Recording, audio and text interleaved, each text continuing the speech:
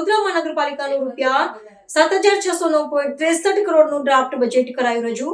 પાણી અને ડ્રેનેજ સહિતની માળખાગત સુવિધાઓ પર વિશેષ ભાર મુકાયો. વડોદરા મહાનગરપાલિકાના મ્યુનિસિપલ કમિશનર શ્રી અરુણ મહેશ બાબુ દ્વારા આજે સ્થાયી સમિતિ અધ્યક્ષ નાણાકીય વર્ષ 2026-27નું ડ્રાફ્ટ અંદાજપત્ર રજૂ કરવામાં આવ્યું છે. આગામી સમયમાં યોજાનારી સ્થાનિક સ્વરાજ્યની ચૂંટણીઓને ધ્યાનમાં રાખીને રજૂ કરાયેલા કુલ રૂપિયા 7,609.63 કરોડના અંદાજપત્રમાં શહેરના નાગરિકોને મોટી રાહત આપવામાં આવી છે. વહીવટી તંત્ર દ્વારા રજૂ કરાયેલા બજેટમાં શહેરીજનો પર કોઈપણ પ્રકારનો નવો કરવેરો લાદવામાં આવ્યો નથી, તેમજ હયાત વેરાના દરોમાં કોઈ વધારો સૂચવવામાં આવ્યો નથી, જેથી આ બજેટને પ્રજાલક્ષી બની રહ્યું છે. અંદાજપત્રમાં શહેરની પાયાની સુવિધાઓ જેવી કે રસ્તા, પાણી પુરવઠો, ગટર વ્યવસ્થા, વરસાદી ગટર, સ્ટ્રીટ લાઇટ અને બ્રિજ નિર્માણ જેવા મહત્વના પ્રકલ્પો પર વિશેષ ભાર મૂકવામાં આવ્યો છે. મ્યુનિસિપલ કમિશનરે શહેરના સર્વાંગી વિકાસને વેગ આપવા માટે વિવિધ વિકાસલક્ષી યોજનાઓ માટે ભંડોળની ફાળવણી કરી છે. ચૂંટણીના વર્ષને અનુલક્ષીને સામાન્ય જનતા પર આર્થિક બોજ ન વધે અને શહેરનો વિકાસ અવિરત રહે તે પ્રકારનું સંતુલન જાળવવાનો પ્રયાસ અંદાજપત્રમાં સ્પષ્ટપણે જોઈ શકાય છે. મ્યુનિસિપલ કમિશનર દ્વારા રજૂ કરાયેલા ડ્રાફ્ટ બજેટ પર હવે સ્થાયી સમિતિના વિસ્તૃત ચર્ચા વિચારણા હાથ ધરવામાં આવશે. ચૂંટાયેલા પ્રતિનિધિઓ અને સ્થાયી સમિતિના સભ્યો દ્વારા બજેટમાં જરૂરી વધારા સૂચવ્યા બાદ તેને આખરી મંજૂરી અર્થે કોર્પોરેશનની સામાન્ય સભામાં રજૂ કરવામાં આવશે.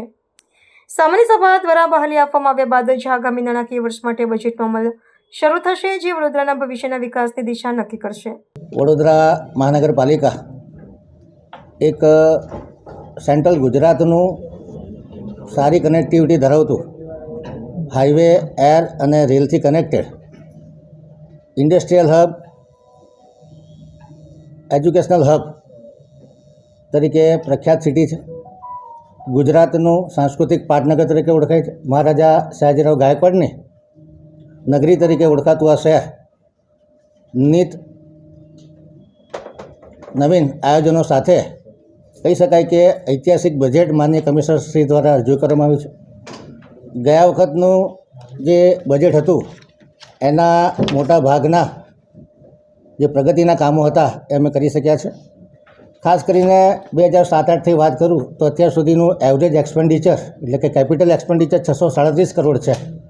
છેલ્લા 2 વર્ષનું એવરેજ કાઢીએ તો અમે લોકો 637 કરોડના કેપિટલ એક્સપેન્ડિચરથી અત્યારે 1,326 કરોડના કેપિટલ એક્સપેન્ડિચર સુધી પહોંચી શક્યા છે. એટલે કહી શકાય કે 2.5 થી 3 ગણી વિકાસની સ્પીડમાં વધારો કર્યો છે. 25-26ના જે રિવાઇઝ બજેટ છે એનો ખર્ચ આ વખતે લગભગ 1,936 કરોડ રૂપિયા જેટલો કરવા જઈ રહ્યા છે. એના આગલા વર્ષે એટલે કે 24-25નો ખર્ચ અમે 1,550 કરોડ કર્યો હતો. આ વખતે 1,926 કરોડનો ટાર્ગેટ છે અને 26-27ના ડ્રાફ્ટ બજેટમાં 2,454 કરોડ રૂપિયાનું કેપિટલ એક્સપેન્ડિચર થવાની શક્યતા છે. કહી શકાય કે વડોદરા શહેર સાચા અર્થમાં સસ્ટેનેબલ સિટી બને, ઇન્ક્લુઝિવ સિટી બને, ગ્રીન સિટી બને. અર્બન મોબિલિટીમાં પણ વડોદરા સારું પરફોર્મન્સ આપી શકે એ માટે પોલિસી ઓરિએન્ટેશન અને પ્રોજેક્ટ ઓરિએન્ટેશનનું બેલેન્સ રાખી અને માનનીય કમિશનરશ્રીએ બજેટ રજૂ કર્યું છે. જે પ્રમાણે વડોદરા મહાનગરપાલિકાની સ્થાયી સમિતિ વિકાસને અગ્રિમતા આપી રહી છે ને જે પ્રકારના સ્થાયી સમિતિના સભ્યોના સૂચનો રોજબરોજની સ્થાયી સમિતિની બેઠકોમાં કરવામાં આવતા હોય છે. સાથે સાથે કહી શકાય કે અમારા તમામ ચૂંટેલા પ્રતિનિધિઓ, ધારાસભ્યો, મેમ્બર ઓફ પાર્લામેન્ટ દર મહિને જે સંકલન સમિતિ મળતી હોય છે એમાં પણ પોતાના સૂચનો આપતા હોય છે. ત્યારે વડોદરા શહેરમાં જે ઓજી વિસ્તાર આવેલો છે, વડોદરા શહેરના અલગ અલગ ઝોનમાં સમતોલ વિકાસ થાય, તમામ પ્રકારના મેજર પ્રોજેક્ટ એમાં ખાસ કરીને ઇન્ફ્રાસ્ટ્રક્ચર ઉપર ભાર આપવામાં આવ્યો છે. સાથે સાથે સોશિયલ ઇન્ફ્રાસ્ટ્રક્ચર અને નાગરિકોનું એન્ગેજમેન્ટ વધે અને એમની હેપીનેસ ઇન્ડેક્સમાં વધારો થાય એ પ્રમાણેના પ્રોજેક્ટો મૂકવામાં આવ્યા છે. પછી વડોદરા શહેરના ફ્લાયઓવરની વાત હોય, સડકની વાત હોય, પાણીના નવીન સ્ત્રોત ઊભા કરવાના હોય, પાણીનું નેટવર્ક ઊભું કરવાનું હોય, ડ્રેનેજના નેટવર્ક ઊભા કરવાના હોય, નવા એસટીપીની કેપેસિટી વધારવાની હોય. એટલે ઇન્ટિગ્રેટેડ સિટી ડેવલપમેન્ટ પ્લાન 10 વર્ષ પછી વડોદરા કેવું હોય, 20 વર્ષ પછી કેવું હોય અને 2047 સુધી કેવું હોય. વડોદરા શહેરના નાગરિકોની સુખ સુવિધામાં વધારો થાય. વડોદરા શહેરની જે હવામાન છે, ખાસ કરીને એર ક્વોલિટી છે, એમાં સુધારો થાય. વડોદરાની જે અર્બન મોબિલિટી છે એમાં સુધારો થાય.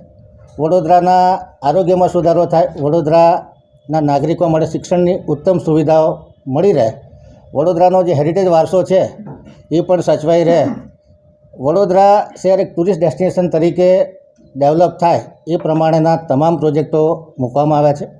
વડોદરા શહેરમાં ગરીબો માટે જે ઇન્ક્લુઝિવિટીની વાત કરું છું તો લગભગ 10,000 થી 12,000 જેટલા નવીન આવાસો પ્રધાનમંત્રી આવાસ યોજના 2.0 અંતર્ગત ડેવલપ થાય.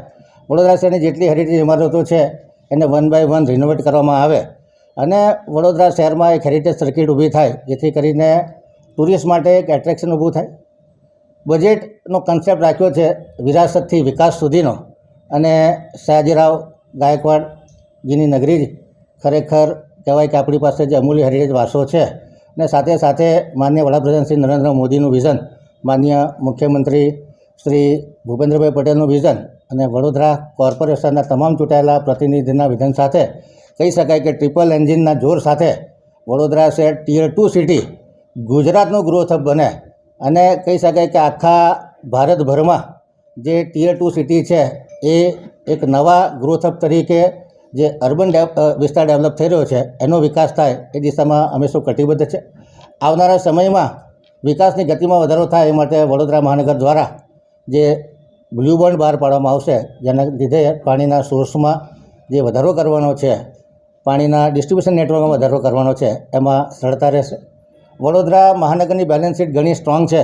વડોદરાની એસેટની વાત કરીએ તો આજની તારીખે 30,000 કરોડની એસેટ હોવાની શક્યતાઓ છે, જેની સામે જો ડેટની વાત ગણીએ તો જે અમારા અમૃતના પ્રોજેક્ટ અને સ્વર્ણિમના પ્રોજેક્ટ છે એમાં કોલેટરલ પેમેન્ટ લગભગ 500 કરોડનું કરવાનું છે.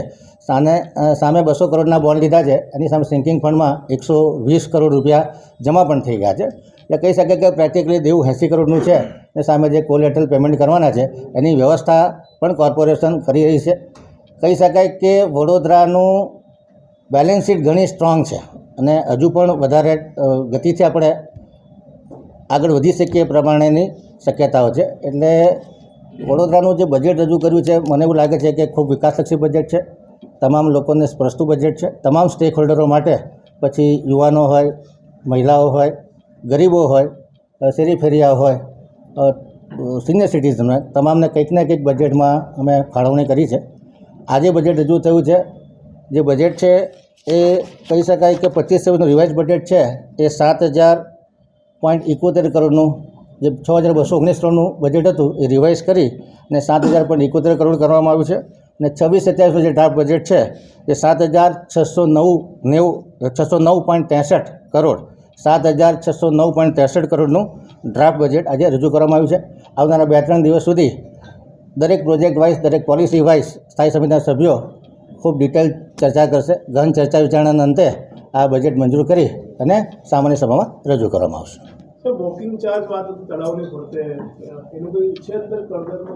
મેં કીધું એમ કે દરેક પોલિસી પર એવો કંઈ ચાર્જ રાખવાની કોઈ અમારી વિચારણા નથી. કદાચ મૂક્યો છે તો પણ ખારિજ કરી નાખવામાં આવશે.